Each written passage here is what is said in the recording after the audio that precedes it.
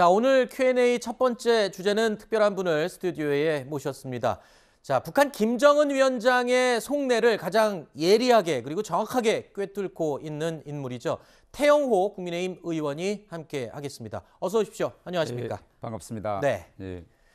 자, 북한이 어제 대륙간 탄도미사일 ICBM을 발사했습니다. 신형으로 판단이 되고 있고요. 지난 2017년 이 화성 15형 발사 이후에 4년 만입니다.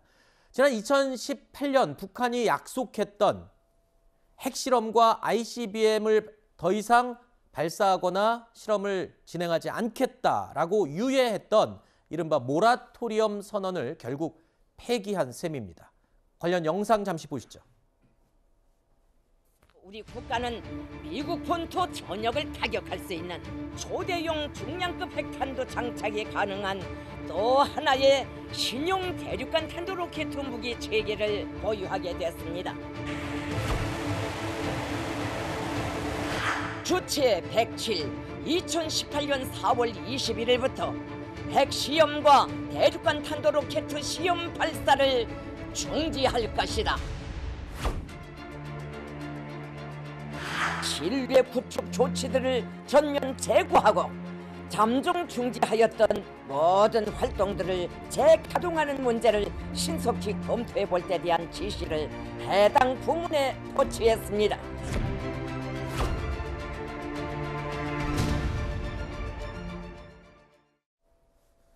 자, 보시는 것처럼 북한은 올해 새해 벽두부터 시작해서 10여 차례 넘는 미사일 발사 도발을 계속 해왔습니다. 그 강도도 높여왔었는데요. 자, 그런데 어제 발사한 이 북한의 신형 ICM 미사일 발사 시험은 그 전에 했던 10여 차례 이상의 미사일들과는 확연히 다른 의미를 가지고 있습니다. 자, 여러 차례 있었던 미사일 실험, 그리고 또 오는 4월 태양절 김일성 생일이죠. 태양절을 전후해서 큰 도발이 있을 것으로 예상은 돼 왔습니다. 하지만 예측보다 빠르게 이 ICBM 신형 대륙간 탄도미사일 발사 시험을 할 것은 예측하지 못했습니다. 자, 어제 발사한 이 ICBM, 일단은 북한이 4년 전에 약속했던 모라토리엄, 그러니까 핵실험 더 안 하겠다, 그리고 대륙간 탄도미사일 발사 안 하겠다, 이 약속 이제 완전히 다시 깬 셈이군요. 원점으로 돌아갔습니다. 예, 당연히 깬 거고, 이번에 특징은 김정은이가 직접 이 선결 모라토리엄을 이제 처리한다는, 결국은 ICBM을 발사해라라는 친필 명령서에 본인이 직접 서명했고, 네. 발사 시에는 현장까지 직접 나가서 발사를 지휘하고 구체적으로 이제 지시사항들을 하달했습니다. 이것은 본인이 모라토리엄을 약속하고 또 본인이 그런 걸 깼다고 이제 보는데요. 방금 이제 말씀하신 것처럼 많은 전문가들은 북한이 4월 15일 그 네. 어떤 기념일에 맞추어서 발사할 것이다 이렇게 했는데 비해 볼 때 시기가 대단히 앞당겨졌습니다. 네. 그러면 왜 이렇게 북한이 불쑥 이렇게 주요 계기에 맞추지 않고 했을까? 이걸 보면 북한은 항상 자기가 그 어떤 것을 하려고 했을 때 네. 외국 정보기관이 미리 그것을 포착했으면 네. 뒤로 미루든지 아하. 아니면 발사 시점을 앞당기든지 네. 아니면 위치를 바꾸든지 해야 합니다. 네. 그런데 벌써 며칠 전부터 아하. 미국 언론을 비롯해서 북한이 그렇죠. 지금 평양 국제비행장에서 큰 발사를 지금 계획하고 있다. 이런 네. 것이 포착됐다는 위성 사진과 보도가 다 나갔습니다. 네. 그러면 이번 이 발사한 북한에서는 지금 화성포라고 하는데 화성포 17인 경우에는 대단히 크기가 큽니다. 이건 북한이 어디 터널에서 불수권에서 쏠 수 있거나 그렇죠. 열차로 움직여서 쏠 수 있게 기동성 있게 할 것이 아니고 너무 덩치가 크기 때문에 위성에 즉각 포착됩니다. 네. 그래서 김정은으로서는 일단 준비는 하고 있었건데 네. 이미 외국 정보기관이 위성을 통해 보고했으니 기습 발사해서 그 성공 여부를 보여주는 것이 낫다. 이렇게 돼서 계획했던 것보다 발사 시기를 상당히 앞당긴 것으로 보아집니다. 네. 일단 이 세계 각국이 예측을 하고 있었던 시기를 뒤집고 그리고 좀 앞당겨서 발표를 하게 된 배경에 대해서 설명을 들었는데요. 그 의도와 그 정치적인 의도 또 꼼수는 잠시 후에 더 얘기를 해보도록 하고요. 어제 북한이 쏜 이 신형 미사일, 이른바 괴물 ICBM이라고 불리는데 얼마나 위협적인 무기인지 제가 잠시 설명을 드리겠습니다. 자, 북한은 지난 2017년 11월 화성 15형을 고각 발사해서 고도 4,500km까지 올려 쏘았습니다. 자, 정상 각도로 쏠 경우에 사거리가 최대 12,000km까지 날아갈 수 있어서 미국 본토에 다다를 수 있다라는 위협적인 무기였습니다. 이때만 해도 벌써 핵무력 완성을 선언하기로 했었는데, 그리고요, 어제 바로 화성 17형 최대 고도가 무려 6,200km까지 치솟았습니다. 자, 비행거리는 1,080km인데요. 이 비행거리는 큰 의미가 없습니다. 얼마나 위로 쏘아 올렸냐가 위협적인데요. 화성 15형보다 더 높게, 더 멀리 동해상으로 날아갔습니다. 자, 이번에 쏘아 올린 화성 17형이 정상 각도로 만약에 날아갈 경우에는요, 사거리가 최대, 아니죠, 15,000km 이상으로 날아갈 수 있다는 겁니다. 이렇게 되면 보시는 것처럼 미국 본토 전역이 북한의 이 화성 17형 사정거리 안에 들어가게 되는 겁니다. 미국을 직접적으로 위협할 수 있게 되는 거죠. 자, 화성 17형이 위협적인 또 하나의 특징이 있습니다. 이른바 다탄두 미사일로 추정이 된다는 건데요. 다탄두 미사일은 지금 화면으로 보시는 것처럼 탄두가 대기권에 진입한 뒤에 여러 개의 탄두로 분리되어 흩어지면서 떨어진다는 점입니다. 이 탄두들 가운데는요, 진짜 핵탄두도 있지만 이와 함께 덤이라고 불리는 가짜 핵탄두가 섞여 있어서 요격 자체를 곤란하게 만든다는 겁니다. 미국의 미사일 방어 시스템 MD 같은 체계로도 방어가 사실상 힘들다는 분석이 나오고 있습니다. 자, 워싱턴과 뉴욕을 포함해서 미국 전역이 이렇게 사정권에 포함될 뿐만 아니라 일각에서는 아프리카와 이 호주, 남미 일부까지도 도달할 수 있다는 관측이 나오고 있는데, 정상각도 발사 시에는 탄도가 목표 지점까지 도달하는 기술, 자, 핵탄두 여러 개를 뿌리는 기술, 자, 이런 기술이면 지금 사실상 핵기술을 완성했다라고 보는 분들도 있어요. 맞습니까? 그 일반적으로 대륙간 탄도미사일 ICBM라고 할 때는 군사 전문가들은 네 가지 요소를 이제 바라보고 있습니다. 거리입니다. 과연 어느 정도까지 날아갈 수 있느냐. 그런데 네. 이번에 방금 말씀하신 것처럼 지난번 2017년 11월 때의 ICBM보다 이번 화성포 17은 그 사정거리가 15,000을 넘었습니다. 이것은 미국 전역이 네. 방어 사정권에 들어갔다는 것은 증명됐습니다. 네. 두 번째로서는 재진입 문제입니다. 과연 대기권으로 다시 들어올 그렇죠. 때 탄도가 타버리느냐 아니면 성공하느냐인데, 이번에 이것은 일본 정부가 먼저, 북한이 발표하기 전에 먼저 일본 EEZ 영해에 추락됐다라고 탄착 지점도 그랬죠. 비슷히 밝기 때문에 재진입도 이제는 뭐 성공한 것으로 보입니다. 세 번째는 방금 말씀하신 이제 다탄두인데, 이번에 다탄두 실험을 했느냐 안 했냐, 이건 오늘 북한이 발표한 데 내용에는 그것이 없기 때문에 좀 더 세밀 검증이 필요하고요. 네. 네 번째 문제는 어떤 연료로 발사하는가 이겁니다. 네. 액체 연료를 쓰느냐 아니면 고체 연료를 쓰느냐, 이 문제가 중요한데, 벌써 며칠 전부터 국제 이제 정보기관들과 위성 자료를 보고 북한이 이걸 준비한다고 보면, 장기간 준비한 것을 보면 고체 연료까지는 가지 못하고 액체 연료에 기천한 엔진을 썼다, 이렇게 볼 수 있는데, 어쨌든 명백한 것은 사정거리와 재진입에서 성공했다는 것은 그만큼 북한의 ICBM 기술이 네. 상당히 많이 진전됐다는 걸 보여주는 그런 대목이라고 봅니다. 네. 자, 5년 동안 평화 프로세스에 공을 들여왔던 문재인 정부 입장에서는요, 어제 북한의 신형 ICBM 발사는 아주 뼈아픈 대목일 수밖에 없습니다. 문재인 대통령의 과거 발언을 먼저 들어보시죠. 북한이 ICBM 탄도미사일을 완성하고 거기에 핵탄두를 탑재해서 무기화하게 되는 것을 레드라인이라고 생각합니다. 지금 북한이 점점 그 레드라인의 임계치에 다가가고 있다고 생각합니다. 북한에 대해서도 더 이상 위험한 도박을 하지 않을 것을 경고하고 싶습니다. 한반도 평화 프로세스를 전진시켰던 원동력은 대화와 협력의 정신이었습니다. 제가 지난 유엔 총회에서 제안한 종전선언은 대화의 문을 열고, 자, 어제 북한의 신형 ICBM 발사 이후에 문재인 대통령은 즉각 국가안전보장회의 NSC를 소집을 했습니다. 북한의 행위는 김 위원장이 약속한 ICBM 발사 유예를 파기한 것이고 유엔 안보리 결의 위반이라면서 강력히 규탄을 했는데요. 자, 문재인 정부는 그동안 북한 미사일과 관련해서 도발로 규정하던 것도 꺼려왔었는데 자, 이렇게 이례적인 강한 반응을 내놓은 것. 글쎄요, 최근 윤석열 당선인이 이 북한에 대해서 강경 입장을 계속 유지해왔던 것, 이런 것도 영향을 끼쳤을 수 있을 것 같아요. 지금 문재인 정부에서는요.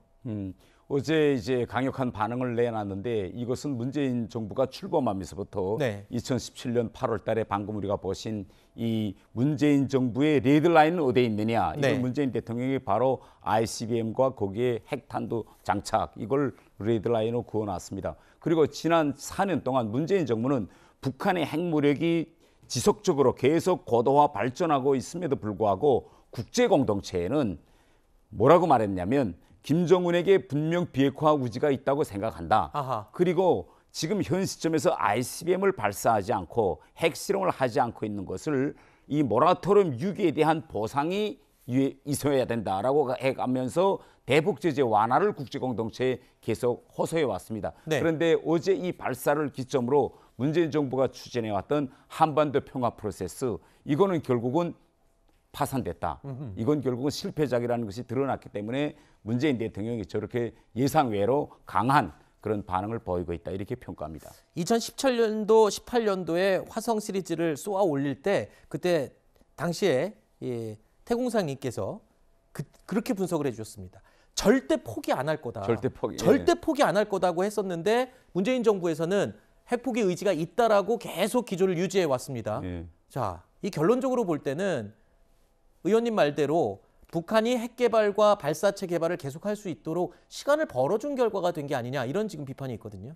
당연히 지난 5년 동안 문재인 정부는 우리 국민들을 향해서 계속 김정은에게 비핵화 의지가 있다고 거듭 이제 이야기해 왔고 그래서 저는 이런 점이 대단히 안타깝습니다. 분명 아마 문재인 대통령도 김정은에게 비핵화 의지가 없다는 걸 알고 계셨을 겁니다. 그럼에도 불구하고 어떻게 이 남북 관계나 이 안보 문제를 국내 이런 정치적 상황에 이용한 이 점은 좀 대단히 안타까운 점이라고 생각하고 또 지금 5년 동안 우리 국민들은 지금까지 해왔던 이런 평화 쇼라든가 이런 남북 관계에서의 그런 이벤트 이것이 결국은 얼마나 이제 우리 국민들의 한테서는 이제 처참한 그런 이제 결과가 되었는가라는 걸 우리가 잘 알 수 있기 때문에 향후 그 어떤 평화쇼라든가 이벤트 이런 데 대해서 우리 국민들이 그렇게 이제는 쉽게 넘어가지 않을 것 같습니다. 절대 핵을 포기하지 않을 거라는 김정은의 속내는 그대로 의견은 유지하시는 거죠? 당연하죠. 앞으로도 예. 변함이 없습니까? 김정은 체제가 존재하는 한 네, 북한은 절대 비핵화를 할 수도 없고 핵무기를 포기할 수도 없을 것입니다. 알겠습니다. 자, 지난 2018년 4월 판문점 남북 정상회담에서 김정은 위원장은 문재인 대통령에게 이런 약속을 했었습니다. 기억하시죠? 한번 보시죠.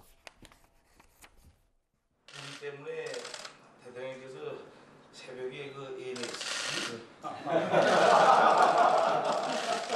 나도 새벽에 많이 새벽잠 설치시는 분 많이 있을 것 같아요. 위원장께서 저랑 우리 특사단 가서 약속을 해주셨고 또 이번에 보는 심재진 접수를 취해주셨어요. 내가 사죄한다고 했지요. 대통령께서 다시 새벽잠 설치실 이유 없게 내가 책임지겠다는 걸. 자, 이렇게 북한의 신형 ICBM 발사 징후는요 곳곳에서 포착이 됐고 이 미국도 다 들여다보고 있었습니다. 지난 11일 김정은 위원장은 ICBM의 성지라고 불리는 동창리 미사일 발사장을 방문해서 시설 확충을 지시하기도 했습니다. 앞으로 군사정찰 위성을 비롯한 다목적 위성들을 다양한 운반 로켓으로 발사할 수 있게 현대적으로 객원 확장하며 발사장의 여러 요소들을 신설할 때 대한 과업을 제시하셨습니다. 자, 김정은 위원장 어제 화성 17형 시험 발사 현장을 직접 참관을 했습니다. 공개된 사진을 보면요. 검은색 가죽 점퍼를 입고 있는 모습을 볼 수 있는데 화성 17형 발사 성공에 아주 기뻐하면서 박수를 치고 있는 모습입니다. 김 위원장은요, 미 제국주의와 장기적 대결을 하겠다라고 언급을 했는데, 자, 지금 한마디로 미국으로부터 핵 보유국으로 인정을 받고 비핵화가 아니고 이제부터는 핵 감축을 무기로 또는 카드로 뭔가 얻고 싶은 걸 얻어가겠다, 이런 전략으로 아예 또다시 처음부터 시작을 하는 거겠군요. 예, 어제 김정은은 장기적이라는 데 이제 방점을 두었습니다. 장기라는 걸는 한마디로 말하면 이제 당분간은 미국과의 대화나 협상에 나가지 않고 북한이 지금까지 준비했던 모든 이제 군사 기술적인 그런 것들을 다 실험해 보겠다라는 걸 이제 의미하고, 더 나아가서는 아직도 북한이 선보일 그런 이제 추가 이제 전략적 도발이 예견되고 있다는 걸 우리가 알 수 있겠습니다. 네. 그런데 지금 북한에 대한 제재가 상당히 많이 강하게 이어지고 있는데 이번을 계기로 추가 제재도 계속 나올 텐데 북한이 더 이상 견딜 수는 있을까요? 그 추가 제재를 우리가 하려면 전 세계적인 제재가 동반돼야 됩니다. 네. 이것은 유엔 안보리에서 추가 제재 결의를 해야만이 추가 제재가 이루어질 수 있는데, 네. 현 상태에서 유엔 안보리가 공개 소집된다고 해도 미로 갈등, 우크라이나 사태 때문에 러시아가 네. 이 추가 제재에 동의 안 할 거는 명백하고, 네. 중국도 역시 동의 안 할 건 명백합니다. 그렇기 때문에 북한은 지금 현 실정에서 몇 개 더 기습적인 전략적 도발을 해도 국제 공동체적인 유엔 차원의 추가 제재는 없을 것이다. 이런 전략적 판단을 내리고 있는 거죠. 네, 지금 우크라이나 이 침공, 러시아의 우크라이나 침공을 말씀하셨는데 사실 트럼프 대통령 때까지만 해도 전 세계가 김정은에게 관심을 가지고 있었거든요. 그랬는데 지금 우크라이나 전쟁도 그렇고 지금 뭐 우리 국내 정세도 지금 정권 교체기에 있고 여러모로 보나 김정은이 기억 속에서 사라졌었단 말입니다.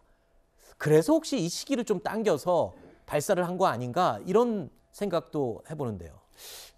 물론 뭐 김정은으로서도 이렇게 세계적인 무대에서 자기가 잊혀지고 있기 때문에 날 좀 벗어 시기에 이런 도발을 할 수 있겠는데, 가장 중요한 거는 지금 현 시점에서 정권 교체기에서 우리가 한동안 안보 라인에서의 이런 공백, 이런 문제점도 있고, 미국의 경우에는 우크라이나 때문에 푸틴과 러시아와 이런 갈등을 넘어서 대결 상황에 있기 때문에 미국도 역시 한반도에서 북한에 대해서 그 어떤 물리적인 그런 조치를 취할 수 없다는 이런 틈을 파고들어 가지고 지금 4년 동안 준비했던 여러 전략적인 무기들을 이번 기회에 빨리 선보이자, 이런 이제 시기 선택이 많이 작용했다고 보아집니다. 그렇군요. 틈새를 노렸다. 그러니까 미국이 우크라이나 전쟁 때문에 러시아와의 어떤 관계에 신경을 쓰는 동안 북한이 약간 이 관심에서 멀어졌지 않습니까? 그 틈을 파고들었던 그런 전략이다.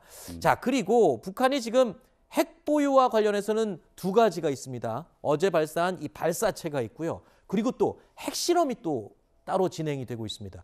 지금 핵 보유국으로 인정받기 위한 이 조건들 중에 핵실험도 굉장히 중요한 부분인데 추가로 핵실험도 감행할 가능성이 있어 보입니까? 일단 김정은이가 모라토리엄 이 자체를 선결적으로 취했던 걸 취소한다고 했기 때문에 핵실험 가능성도 이제 저는 있다고 판단됩니다. 그런데 더 중요한 것은 북한이 이미 전 세계에 하겠다고 공언한 것 중에서 하지 않은 게 아직 몇 가지가 있습니다. 네네, 그게 뭐죠? 우선 첫 번째로서 2017년 9월에 북한은 태평양 상공에서의 수소탄 공중 폭파 실험을 하겠다.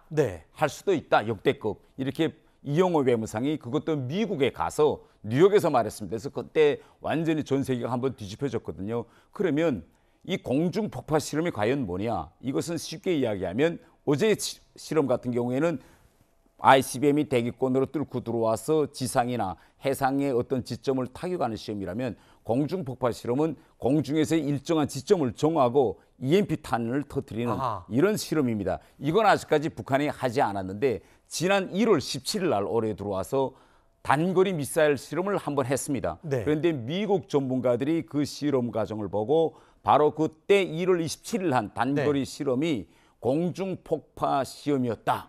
이렇게 지금 평가하는 전문가들이 있고요. 아하. 그래서 이미 한 것들 중에서 아직까지 북한이 안 한 것들 할 겁니다. 그러면 앞으로 다음 단계에서는 공중으로 이제 고각 발사해가지고 자기가 정한 지점에서 폭발시키는 이런 걸 이제 추가로 할 수 있고, 아까 방금 이야기했지만 김정은이가 얼마 전에 동창리 네. 위성 발사장에 가서 정찰 위성을 이제 발사할 준비를 갖춰라. 그래서 네. 5년 동안에 정찰 위성을 이제 띄울 수 있는 준비를 완결하라고 네. 구체적인 세부 사항을 했는데, 북한도 이미 세계를 향해서 궤도에서 정지 상태에 있는 궤도 정지 위성을 쏘겠다고 했지만 아직 하지 않았습니다. 이번에 김정은이가 여기서 플러스 정찰 위성을 쏘겠다고 아하. 했는데, 이러한 것들은 지금 이렇게 김정은 본인의 입으로, 최고 존엄이 입으로 말하는 걸 보면 네. 기술적인 단계에서는 지금 완성됐다고 아하. 봅니다. 단 아직 실험을 하지 않았기 때문에 아까 방금 김정은이 언급한 것처럼 장기적 대결, 이것은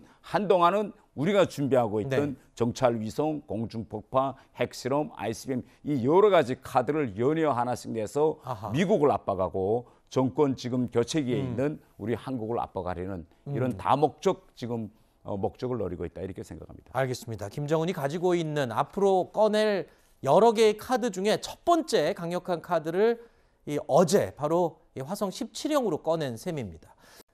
자, 윤석열 당선인은 오늘 오후에 시진핑 중국 국가주석과 전화 통화를 할 예정입니다. 시진핑 주석이 그동안 상대 국가 지도자가 정식 취임한 이후에 통화 일정을 잡아왔던 걸로 알려져 있는데요.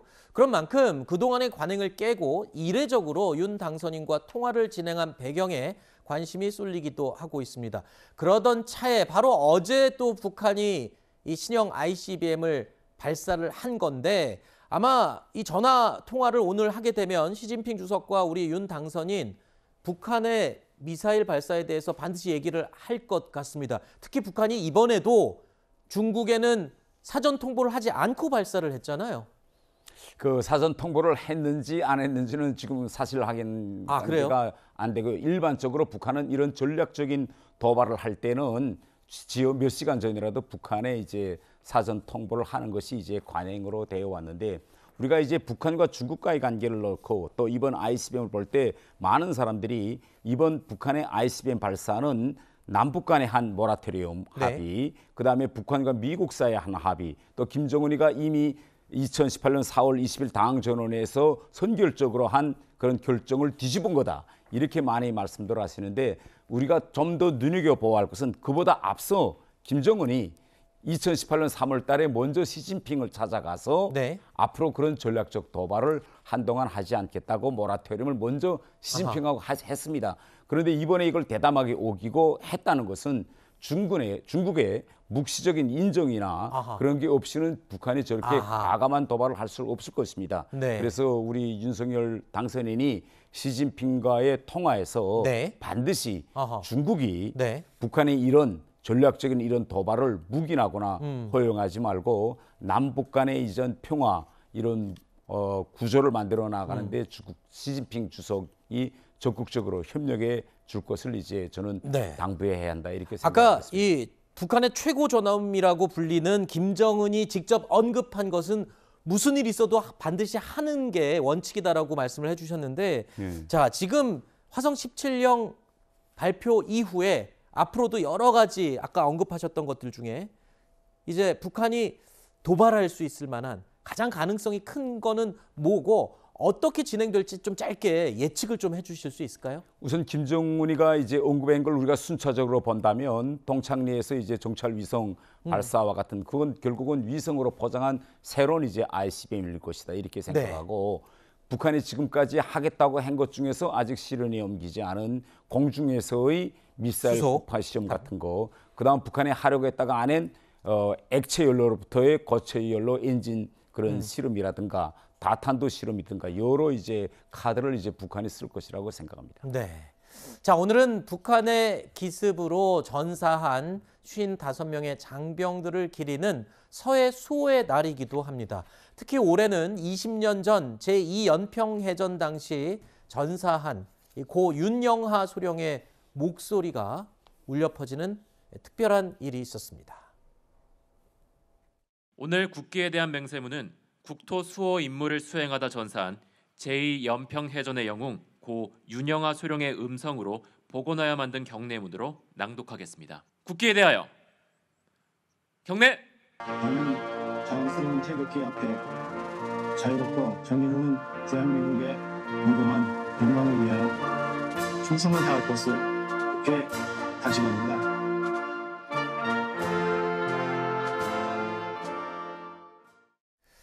자, 북한의 미사일 도발과 맞물려서 바로 오늘이 서해 수호의 날입니다. 서해 수호 55 용사들의 희생과 헌신이 헛되지 않게 다시는 이런 일이 발생하지 않도록 국방 그리고 또 이 무장에 만전을 기해야 될 것 같습니다. 자, 태호 의원님 오늘 나와주셔서 감사하고요. 앞으로 또 북한의 어떤 예측에 대해서 필요한 일이 있으면 저희가 한번 또 모셔서 좋은 말씀 듣도록 하겠습니다. 오늘 나와주셔서 고맙습니다. 예, 감사합니다.